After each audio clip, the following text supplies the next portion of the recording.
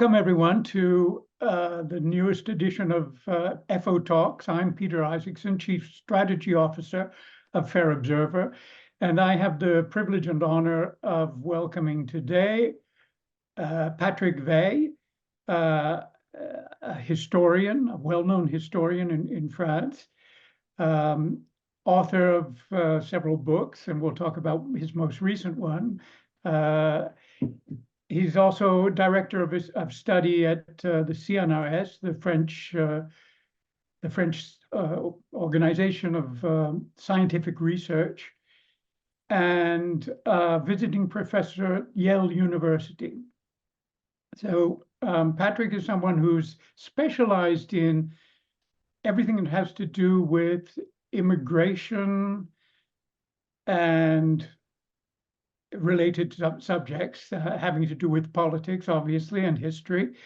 So today I wanted to focus on what we've termed France in crisis, the crisis being very general, but I want to focus on one specific aspect of it, which is what happened in the last few months concerning the law on immigration, which was hotly debated at Parliament, and which also led to the formation of a new, which had some influence on creating a new government in January. Emmanuel Macron, the president, reacted to the various events that are going on, and we'll look at all those events, by nominating a new prime minister and forming a new government. So Patrick, you've been involved in all the background on that, and I think perhaps nobody has as much experience and insight into everything that has to do with the state of French society with regard to things like immigration and the various political problems that are associated with it. So could you just give us some background on how all this took place and where we are now? So the story is first of all, a classical story of politics. In France, most of the right-wing minister of Interior, Home Affairs minister, want to have their name on a new bill. And to have a name of a new bill, it says somewhere, before me, we didn't have the tools to deal with the problems. Now with my bill, things would be much better. And so we have a Minister of Interior, Mr. Darmanin, who wanted his name on the immigration bill. He didn't know much what to put in the bill. So he created a very empty bill, which content was mainly, reducing the protection of asylum seekers in the asylum seekers process, and accelerating court decision when illegal migrant has been condemned to deportation. That was mostly what was in the bill. But President Macron has no majority in the parliament, so he needs to make coalition to pass a bill. So his minister submitted the bill first to the French Senate to negotiate amendment to the bill with the right-wing party who control the Senate, and which votes in the National Assembly would permit to have a majority to pass the bill. And so the bill became a very right-wing bill, which added to the first provision put by the government itself, reduction of possibility of family reunification, attack on our birthright citizenship as to prevent children born in France from foreign parents to get easily access to citizenship, and many other provisions.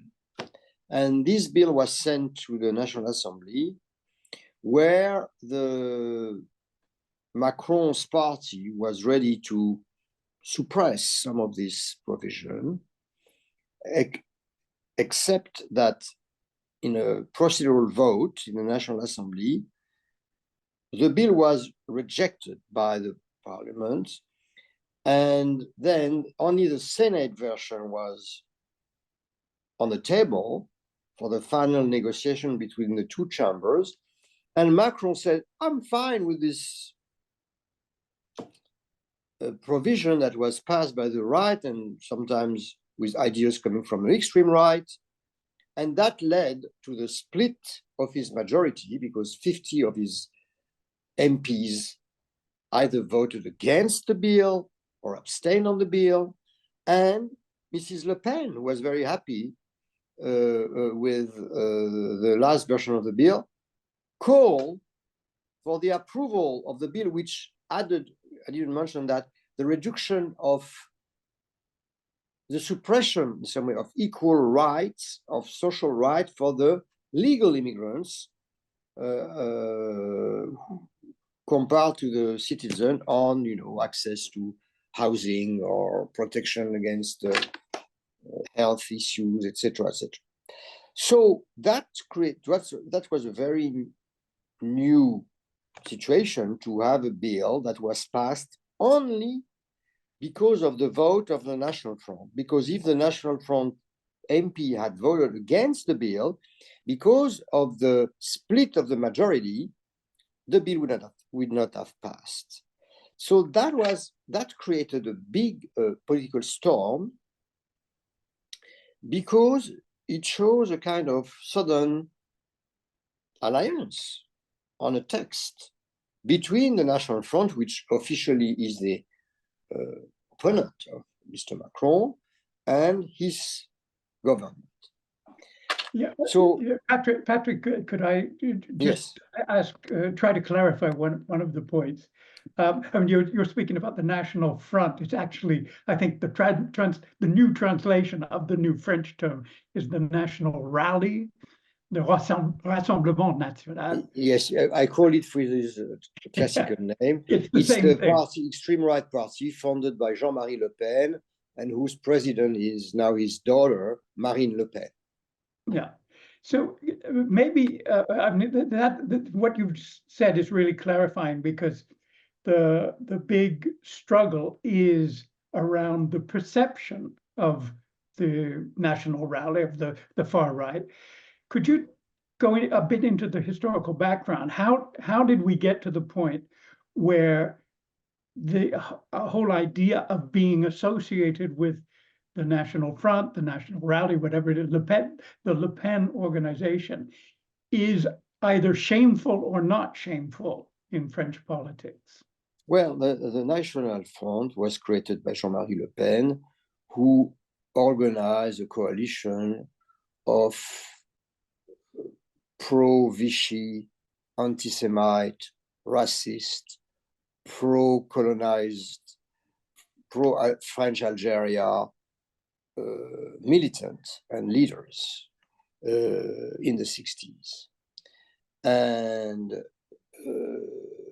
there is an old extreme right anti-Gaullist tradition, because de Gaulle was at the head of the resistance against the Nazi, and there was a some pro-Nazi forces in the French politics. And then de Gaulle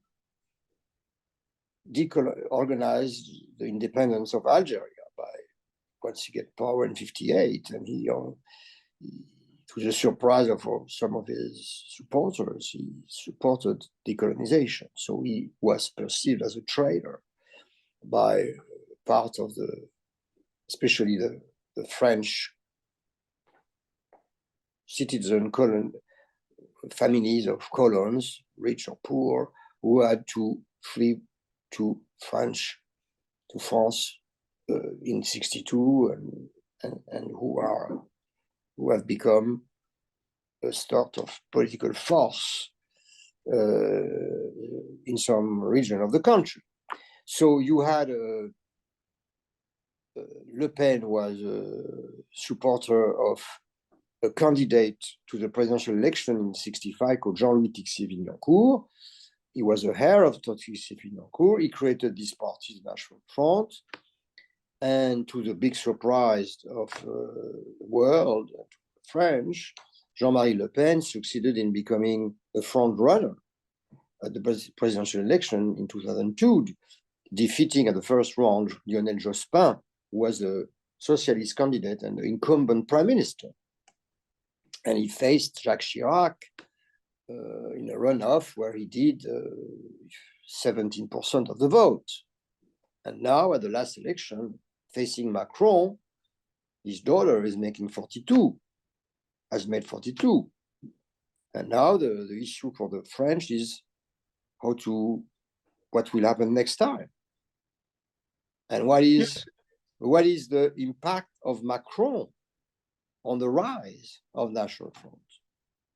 Yeah, that's exactly what I was thinking of. It's the one thing that surprised me recently is that I have both American and French nationality.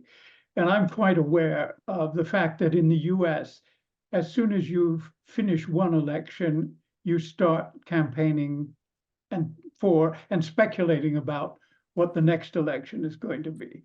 Now, this year is exceptional in the US because we do have an election, but I'm sure as soon as that election is over, we'll be talking about the next one.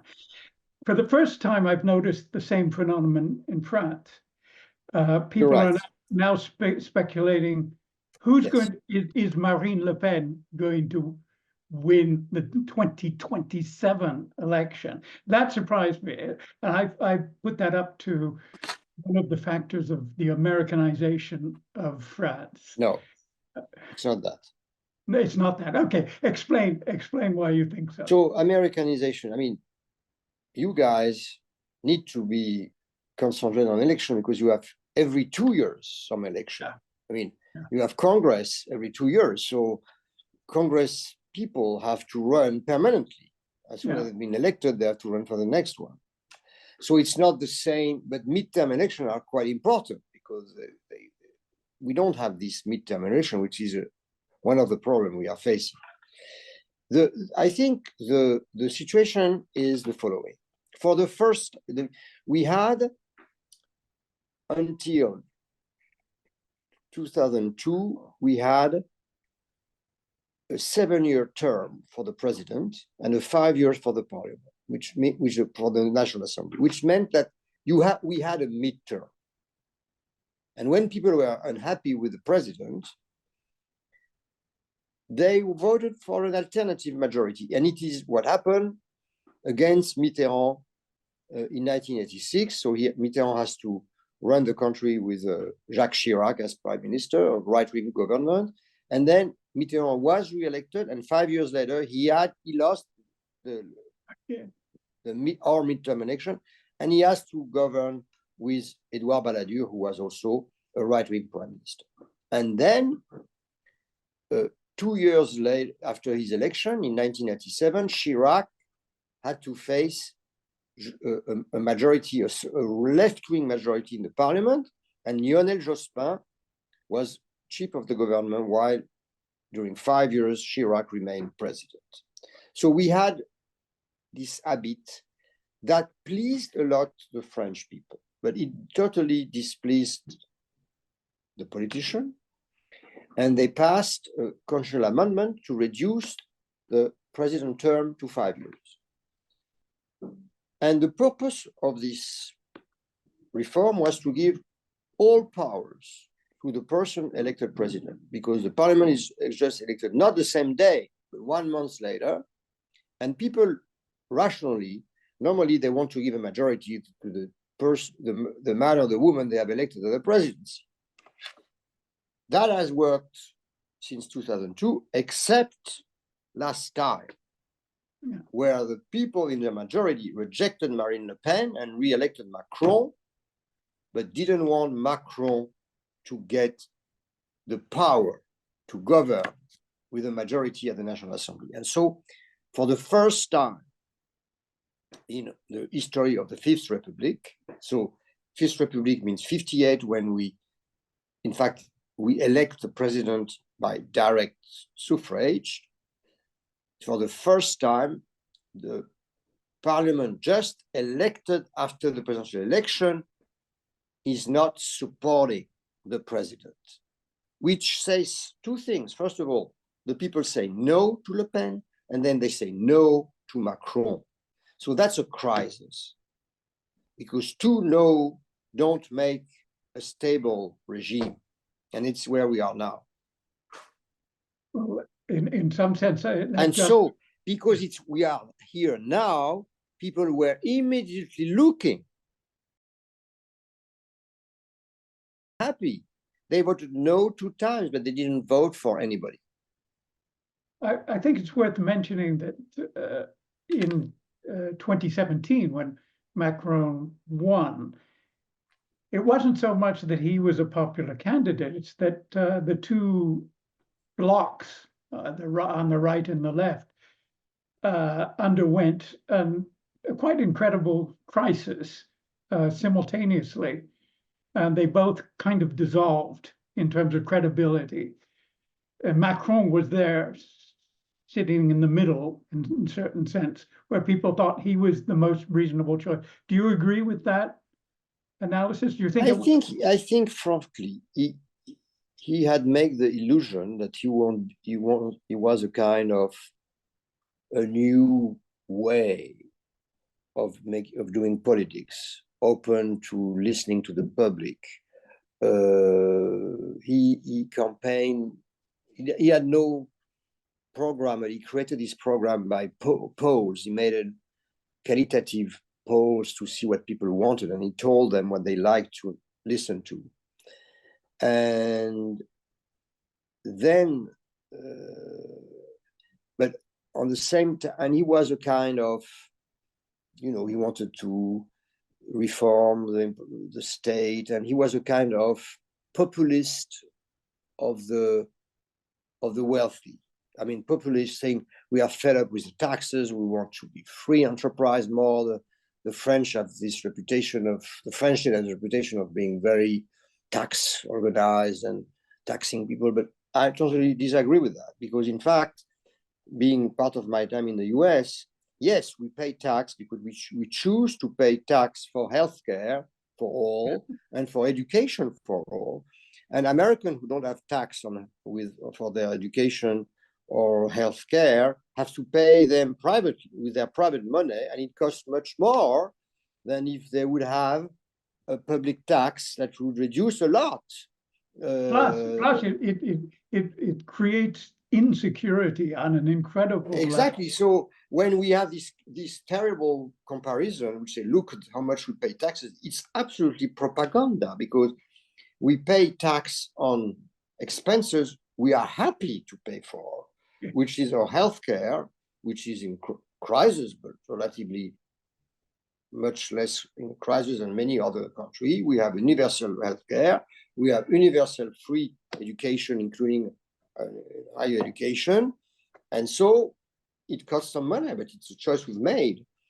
And so Macron was really elected by a group of voters who are, I would say, the extreme center, people who were pro-rationality, reorganization. And so he brought this pro-business approach to the government. Consulting firms got contract to make advice that are not so much needed.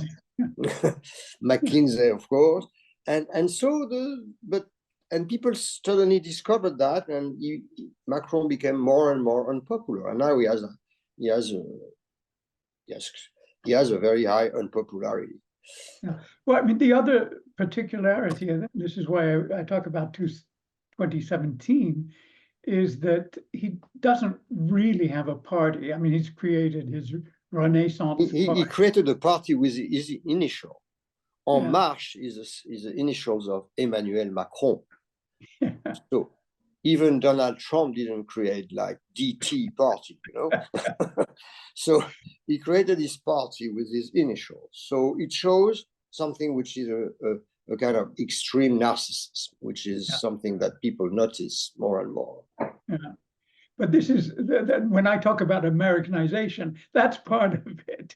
the narcissism of American politics, which I But grew up. narcissism of American politics start, I can tell you, because I've just published a book you mentioned. Woodrow Wilson was a total narcissist. Yeah. And he was so a narcissist that he destroyed the Treaty of Versailles because he had to negotiate with the leader of the Republican Party in the Senate on details. And he destroyed and it was a total narcissist approach of world peace and politics.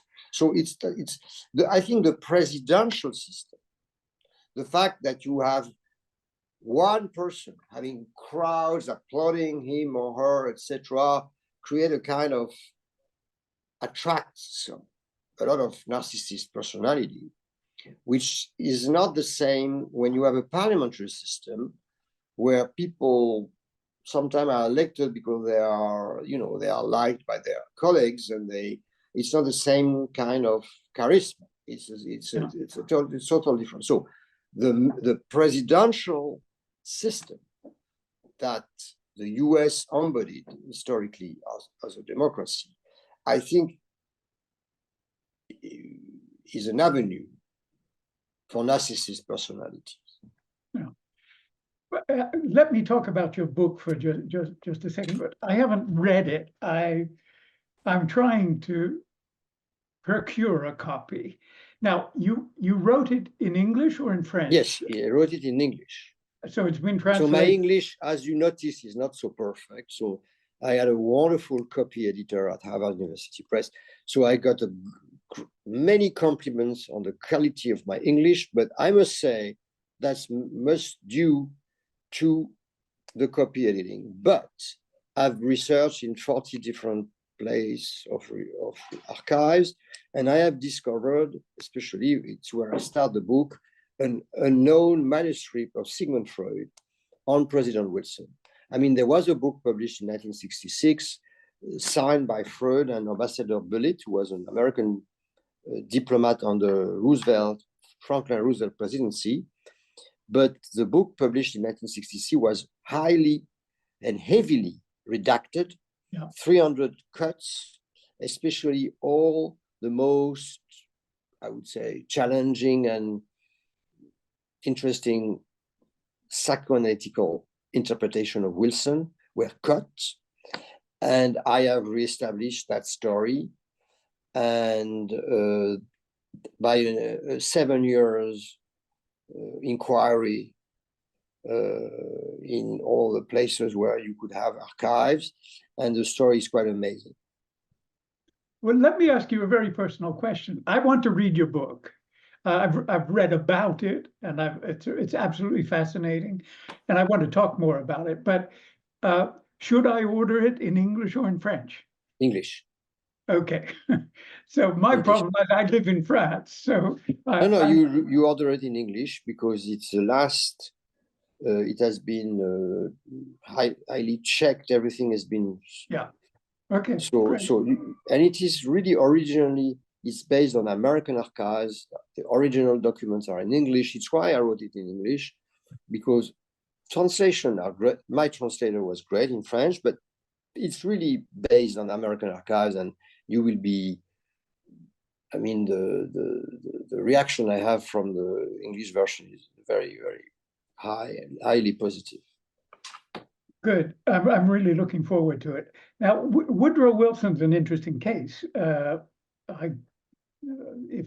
don't want to go into any sort of personal reflection about what we learn at school in the US, where I was educated. But Woodrow Wilson was considered a good guy, one of the great presidents, and even in France, because Yes, we have a lot of avenue, President Wilson, etc. Yes. So it's interesting to see where. But we all knew, but we didn't know how to account for the fact that I think he was the case where was it the 25th Amendment, where they were talking about replacing a president because of his disability. It was before the 25th Amendment, which didn't exist. I must say that what is interesting in the Freud's and Bullitt analysis is that his madness started to show before he got the strike in October 1990. And Freud accepted to write the book, this psychological biography, only if his co-author could find some evidences. And he found Wilson has this particularity to speak to his collaborators and friends and intimate friends the way you sometimes talk to your psychoanalyst. So he would, for example, talk about the nightmare he had. He couldn't sleep very well when he was at the White House because he had nightmare about what happened to him in Princeton when he was president. And he was obsessed. His diplomatic advisor, Colonel House, said, as soon as we finish working on business as president, in talking to me about Princeton. And he was president of the United States. So that is part of the book. There is a chapter called Princeton Nightmares, because in Princeton, he had a best friend. He could not live without having beside his wife a man as his best friend with whom he would spend days and evenings, etc., etc. But these best friends would at some point be perceived as traitors. Traitors he started to hate as much as he loved them, because they have disagreed with him. That was an interpretation of Freud and Belit. And then he also he created a staunch enemy, a father figure, all the colleagues at Princeton, and then all the colleagues in Congress, which was Henri Cabot-Lodge. And to this staunch enemy, toward them, he could not conceive any compromise, any sharing of policies. He wanted to defeat them completely. And that was something related to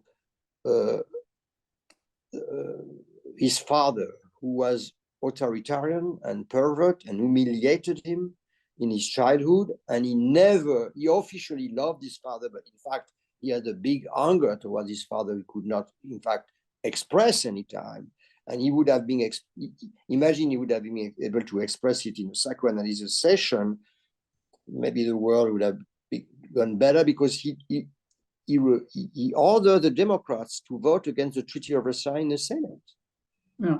Because the Republicans just wanted to have a reservation saying, in case of declaration of war, the president has to respect the Constitution. That was the reason why he ordered to reject the Treaty of Versailles, who created the League of Nations as an assembly to organize peace, but also a NATO, that's something I didn't know, a NATO treaty with France, the UK, and the US that would have preserved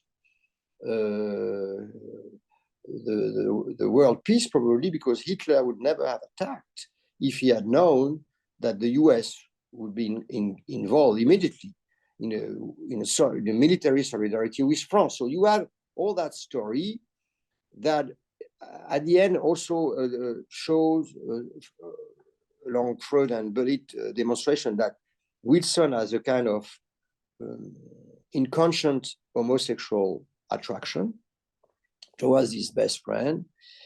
And he, in fact, that is my interpretation and kind of discovery, when he broke with Colonel House, who was his kind of love advisor until he broke with him in March 1919, he replaced him by the South African delegate, Jan Smuts, who was like him, a racist, a segregationist, with whom he shared a lot of the provision of the treaty, and to whom he gave the high reparation that probably contributed to also the humiliation of Germany, etc. It was towards Smuts that the concession was made, and that is adding this racist dimension to something now that the American public knows more, that he was a complete racist, because he recreated segregation inside the federal government. Yeah.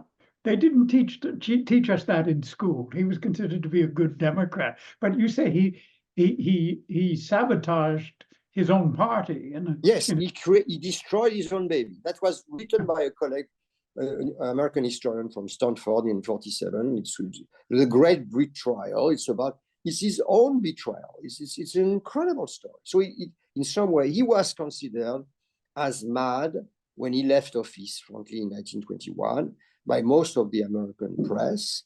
But then Roosevelt rehabilitated him to sell to the American public the UN.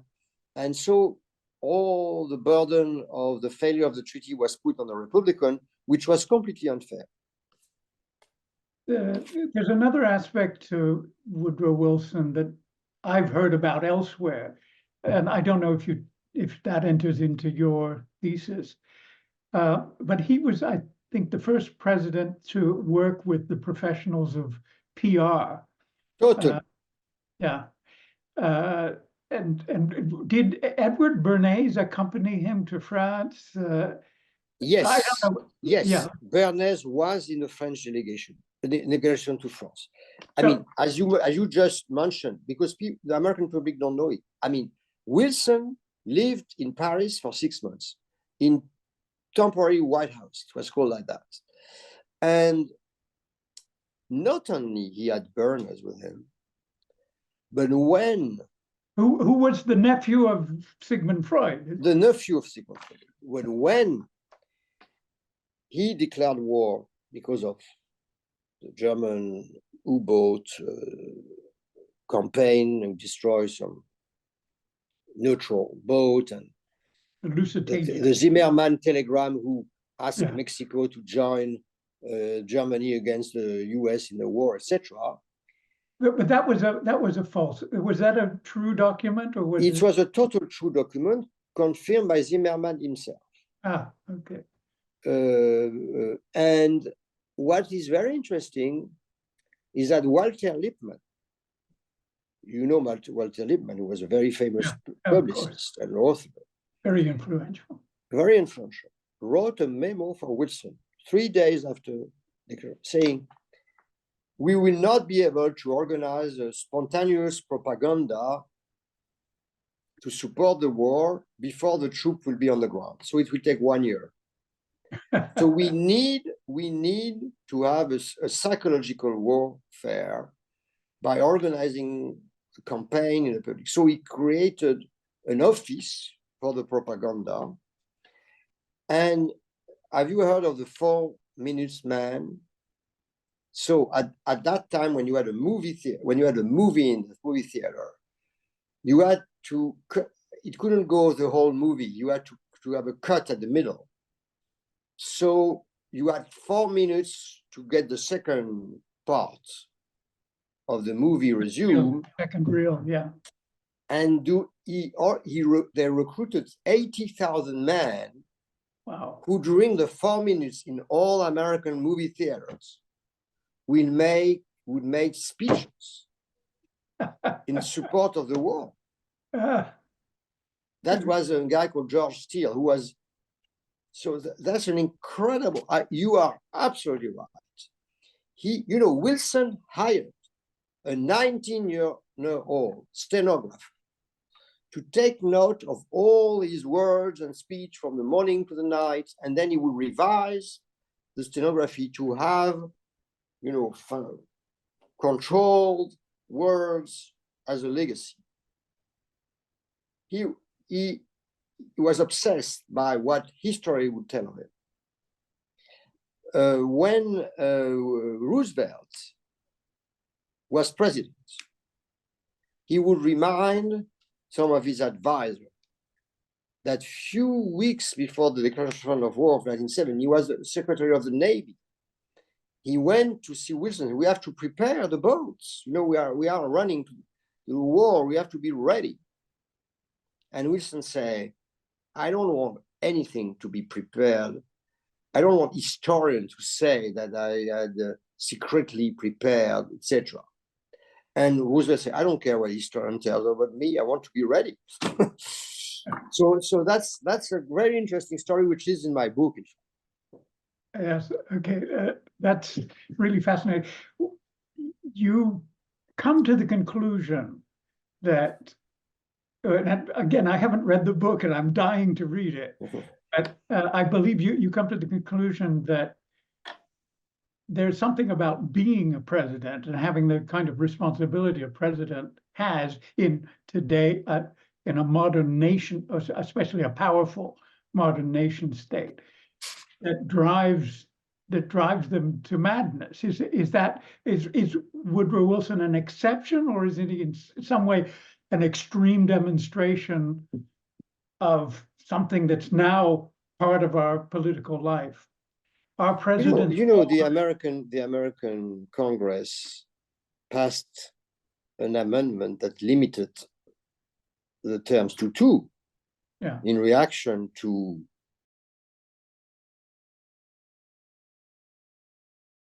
and we wonder if it should not be only 1, like in Mexico. I'm wondering that about Biden. Like in Mexico, 1. Yeah, yeah. And I think 2 is too much in some way. Yeah. I think, and it's very interesting because Bullitt, the co-author of Freud, became an opponent of the presidential system, and he was arguing in favor of a parliamentary system, which is a very rare for American thinkers. And I would say that today I feel that presidential regimes are more risky for democracy all over the world than the parliamentary ones. So, and but it's very difficult to pass to pass a constitutional amendment because people feel you are reducing their power. Yeah. But in fact, you are not reducing their power, because by voting, they give too much power to one person who reduced the power of the people. And that is but that's a reasoning difficult to sell to the public. But I think, weren't you also making the point that having that much power distorts the ability to think correctly or to govern correctly? I agree. And also what happened is that it creates only one interesting position in the government. People are, if you have people are very, I would say, nostalgic of the Jospin premiership, when we had a prime minister, socialist prime minister, who was running the government because he had the majority of the parliament, but Chirac was president and was controlling him. And you had a kind of collective work. It was not only one party, it was multiple parties. There were very good personality in like 5 or 6 ministries were run by professional and people, and it was really refreshing. Yeah. And I remember that. and then Jospin, and that should be also analyzed, destroyed his own legacy by passing this constitutional reform as to give the president more power, which was against all the left-wing philosophy of power. Mm.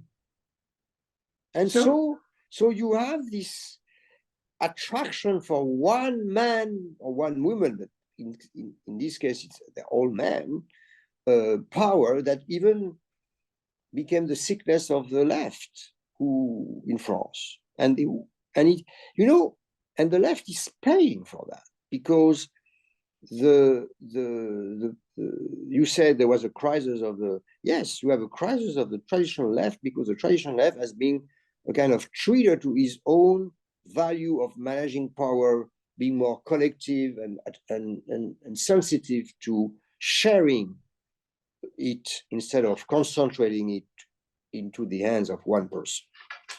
So do we need? And so I saw what to come back to what is happening now in France is the crisis. Yeah. of the extreme concentration of power in the hands of Macron.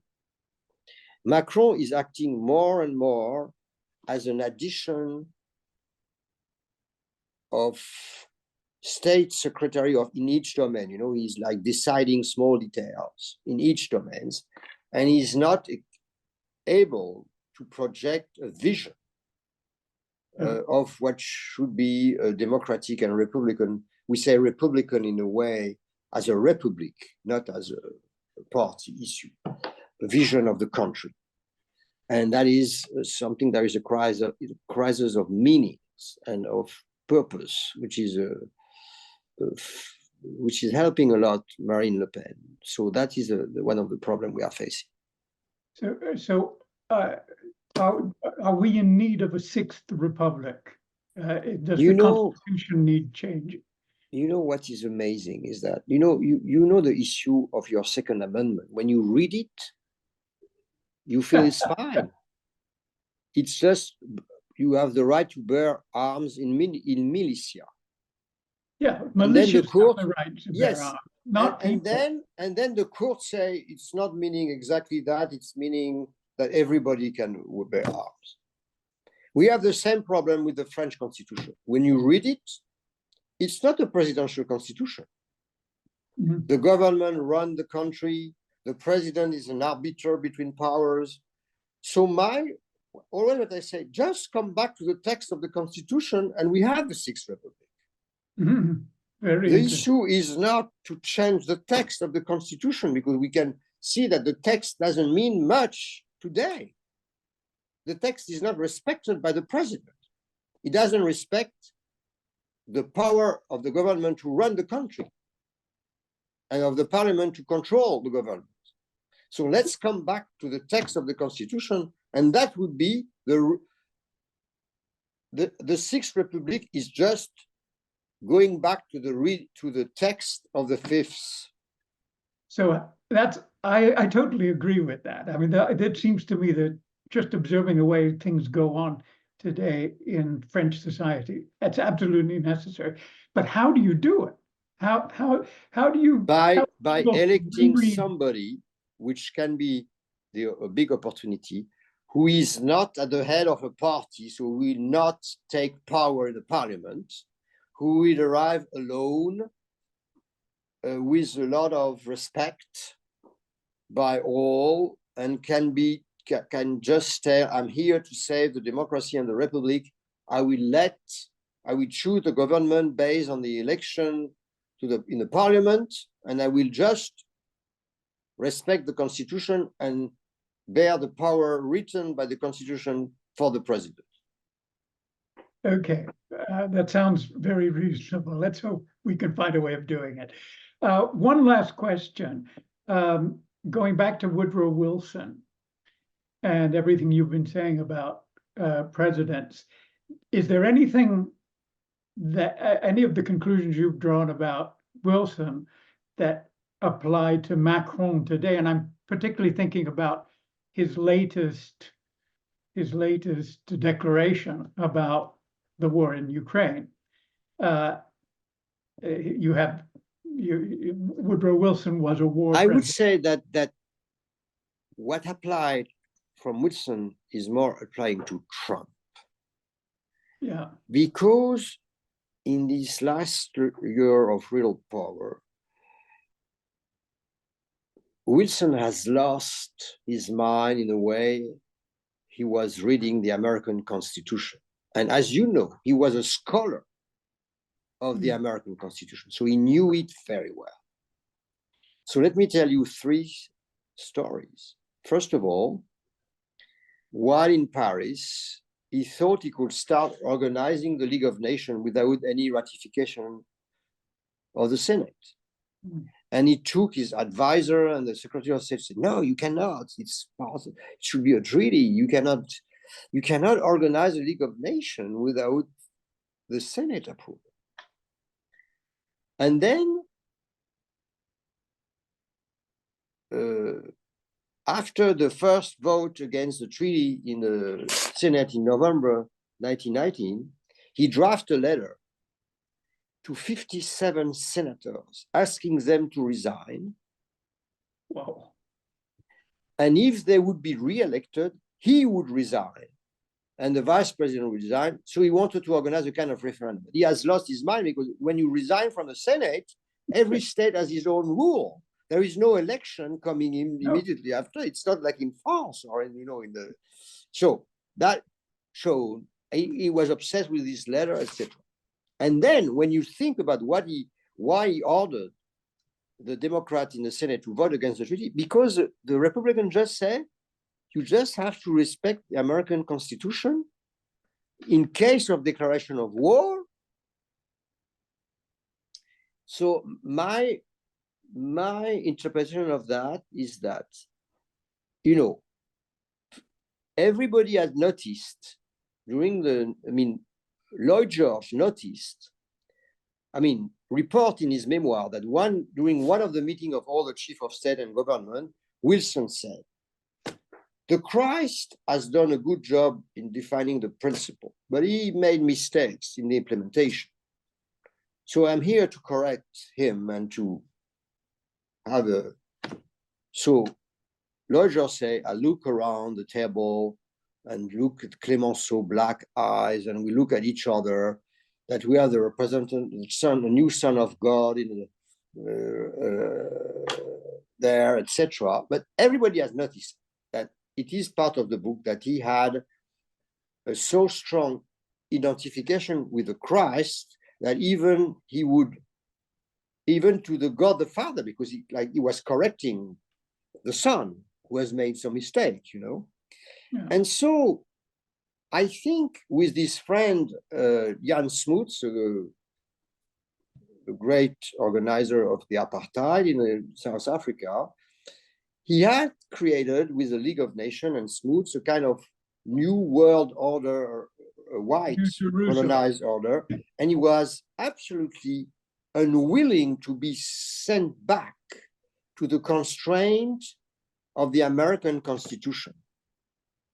Wow. And that said something, I think that's a kind of pre-Trumpist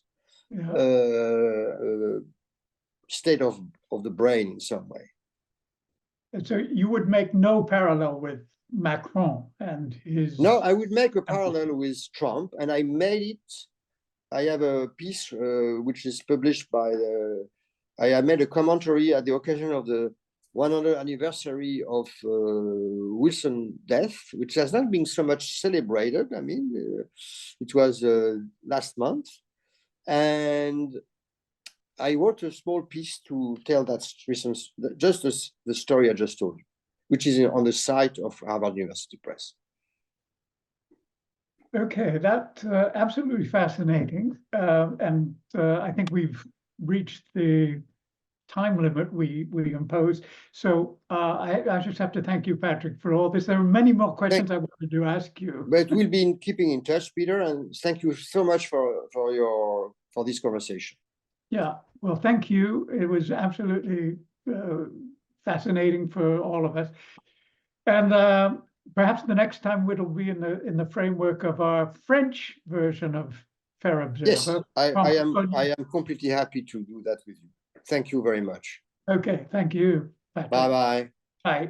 Join the conversation at Fair Observer and subscribe to our YouTube channel.